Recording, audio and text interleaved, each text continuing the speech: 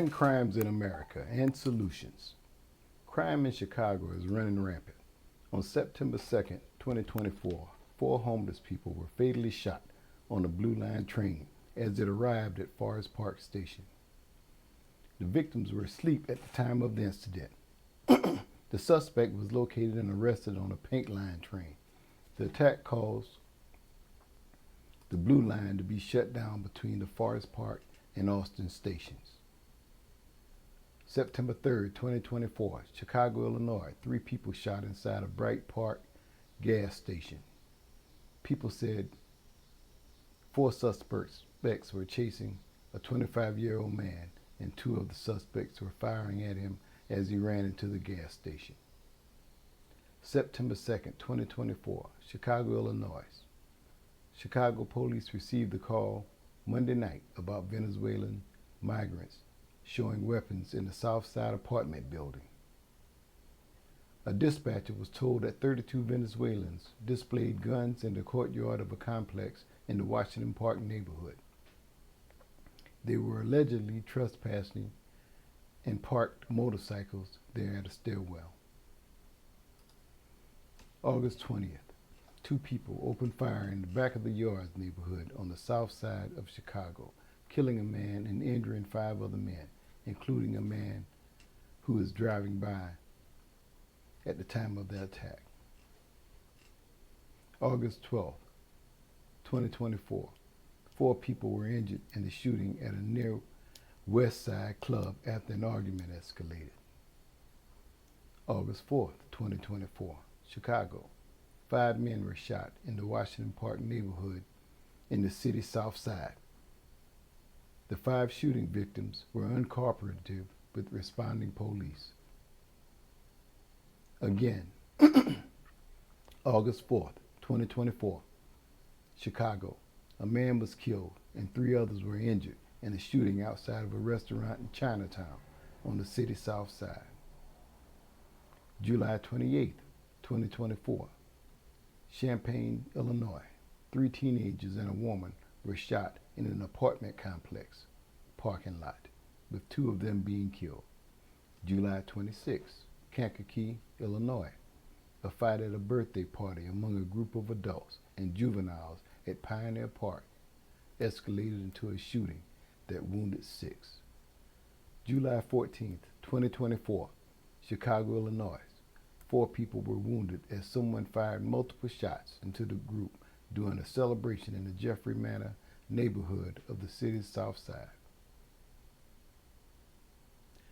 Illinois, like most major cities, from the governor to the mayor to the city council, they blame shootings on too many guns on the streets. The politician claims the streets need to be cleaned of guns. More laws, rules, and regulations need to be implemented to take guns off the street. Many of these laws, rules, and regulations involve jail time, additional money paid by the public to personally register a gun, to be trained to carry a gun registration card. Because of these laws, the black marketing of guns on the streets that are non-registered are numerous in comparison to those that are registered. These laws, rules, and regulations made by politicians is clearly unconstitutional. The politicians have created a pitfall that has no ending. Example, if you place a jar of cookies in front of a child and tell him or her they cannot have any, well, when you leave the room, what do you think will happen? The child will eat the cookies. This is exactly what is happening in Illinois and other major cities in the United States. Every citizen has the right to bear arms according to the Constitution.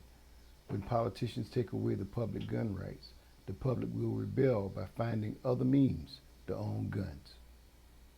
And to make matters worse, those that have crossed the border illegally in the previous 2 to 3 years, in many cases, have guns that are illegal. Venezuelan gangs have taken over apartment complexes across the United States with guns that are unregistered. Crime has gotten worse. However, politicians have made it so. Sanctuary cities have typically refused requests from federal immigration authorities to detain undocumented immigrants apprehended for crimes. Sanctuary cities also refuse to have its local law enforcement deputized as federal immigration agents. Latino gangs such as Latin Kings, MS-13, Mexican Mafia, La Raza Nation, and Venezuelan gangs have created criminal establishments throughout the United States. Poverty, along with the legalization of various drugs, are elements that has affected African Americans as well as other citizens within the United States. Thereby, the crime rate has gone up. U.S. citizens who are right at or below the poverty level are committing numerous crimes daily throughout the United States. The most hideous is murder, robberies such as smash and grab and car theft. The money we spend each year on wars, special interest groups, and to line the pockets of greedy politicians could very well be spent on the sovereignty of this country. Putting America back to work again in the face of a $35 trillion budget is essential.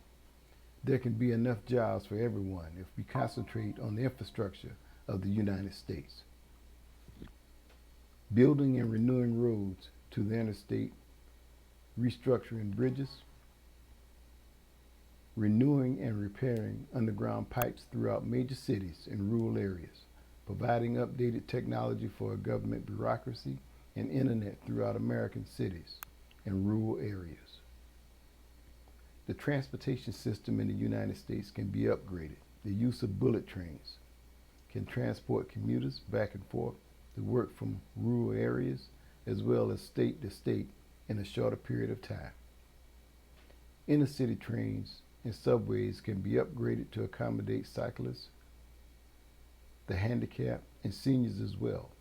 The entrance into inner city trains and subways can have 7-foot installed spike turnstiles to prevent theft and vagrants. Federal security to monitor for weapons.